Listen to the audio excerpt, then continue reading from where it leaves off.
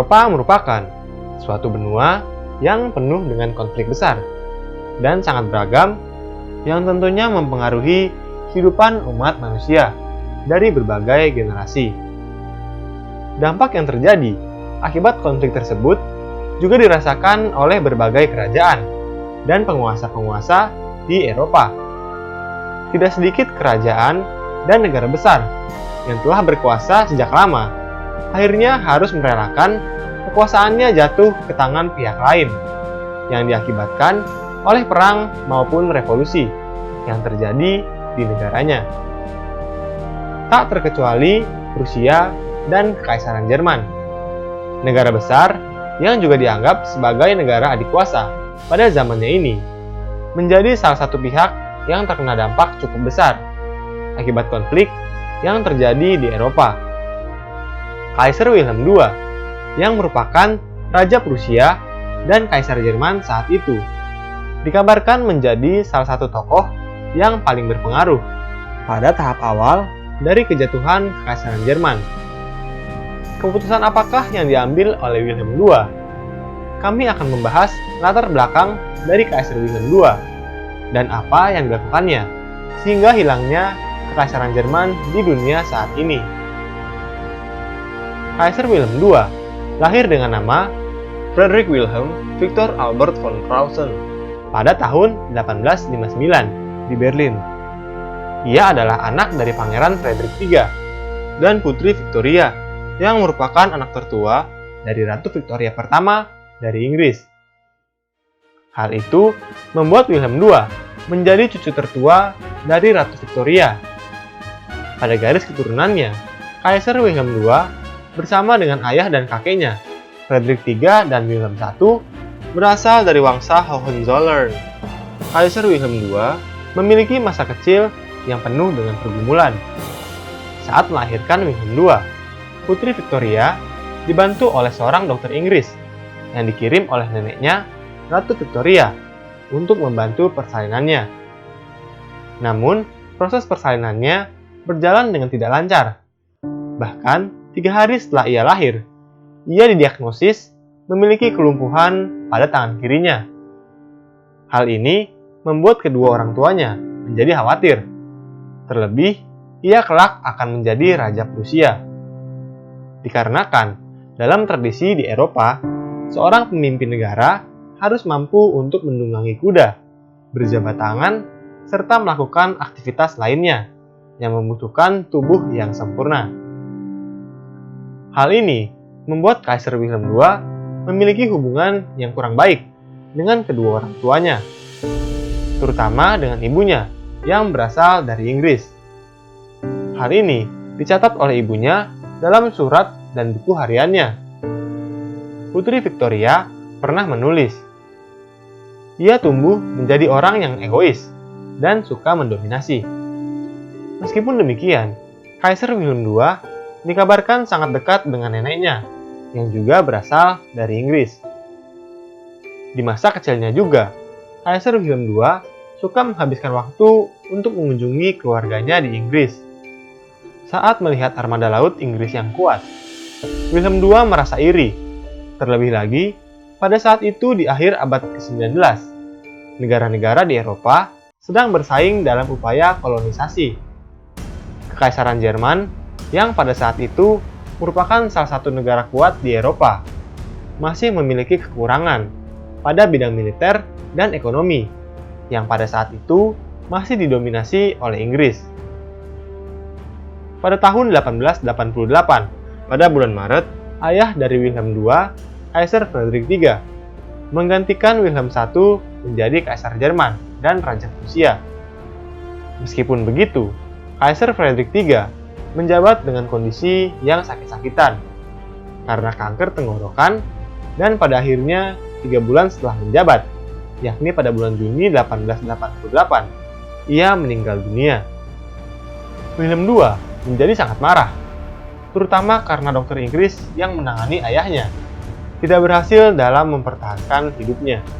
Ia melontarkan kalimat terkenalnya yang menunjukkan betapa bencinya ia dengan Inggris. Ein englischer Arzt tötet meinen Vater und ein englischer Arzt verkrüppelte meinen Arm und das ist Schuld meiner Mutter, die keine Deutschen um sie zu täte. Seorang dokter Inggris membunuh ayahku, dan seorang dokter Inggris melumpuhkan lenganku. Semua itu terjadi karena ibuku tidak mentolerir orang Jerman. Kalimat ini juga ditulis oleh ibunya, Putri Victoria, kepada Ratu Victoria pertama di bulan April 1889. Saat Wilhelm II menjabat menjadi Kaisar Jerman, Otto von Bismarck, sang kanselir besi, yang telah menjabat sejak tahun 1871, tidak memiliki hubungan yang baik dengannya. Hal ini disebabkan oleh banyak hal, seperti ketidaksetujuannya terhadap kebijakan Bismarck dalam urusan luar negeri dengan negara-negara Eropa lainnya. Kaisar Wilhelm II lebih bersifat agresif dan ingin membuat Jerman menjadi negara terkuat di dunia secara terang-terangan.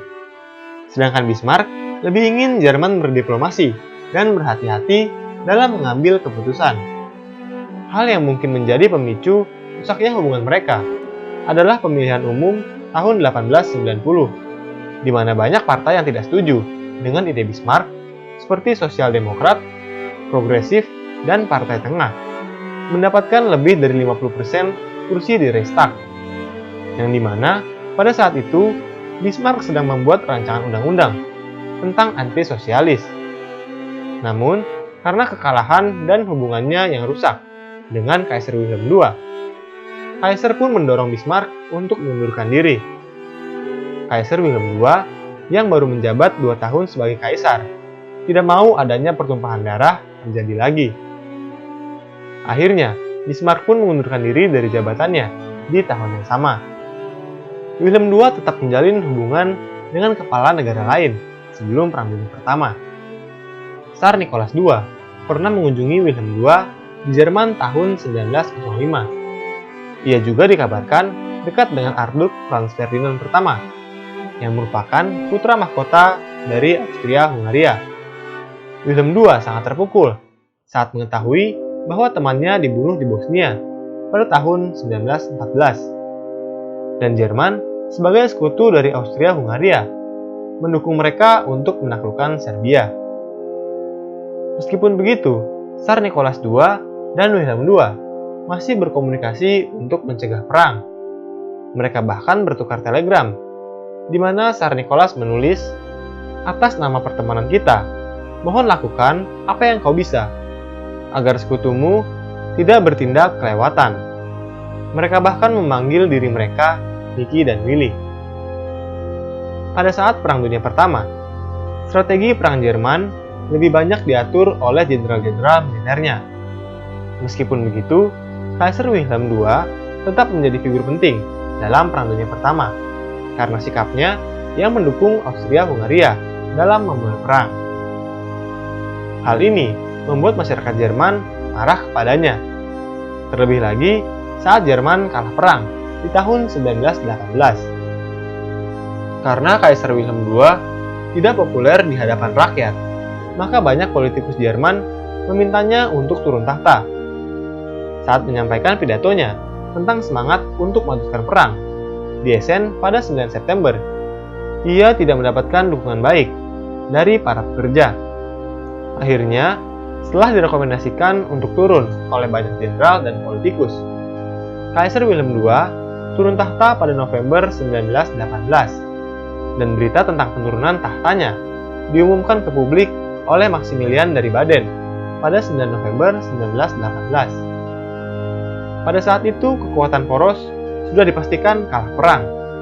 Austria-Hungaria, sekutu Jerman yang terakhir, sudah mulai runtuh setelah kalah perang di pertempuran Vittorio Veneto. Sedangkan Amerika Serikat sudah menerobos garis pertahanan Jerman, the Hindenburg Line. Setelah Kaisar Wilhelm II turun tahta, ia hidup di kehidupan yang sunyi di Doorn, Belanda. Di kehidupannya, ia berusaha untuk menulis buku dan artikel yang membuktikan bahwa ia tidak bersalah dalam menyebabkan keterlibatan Jerman di Perang Dunia Pertama. Kaisar Wilhelm II, sang Raja Prusia dan Kaisar Jerman terakhir, meninggal tahun 1941 saat dimulainya Perang Dunia Kedua dan dimakamkan di rumahnya Huisdorp, Belanda.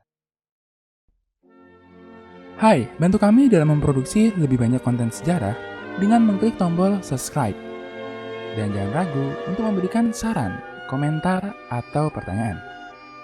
Terima kasih.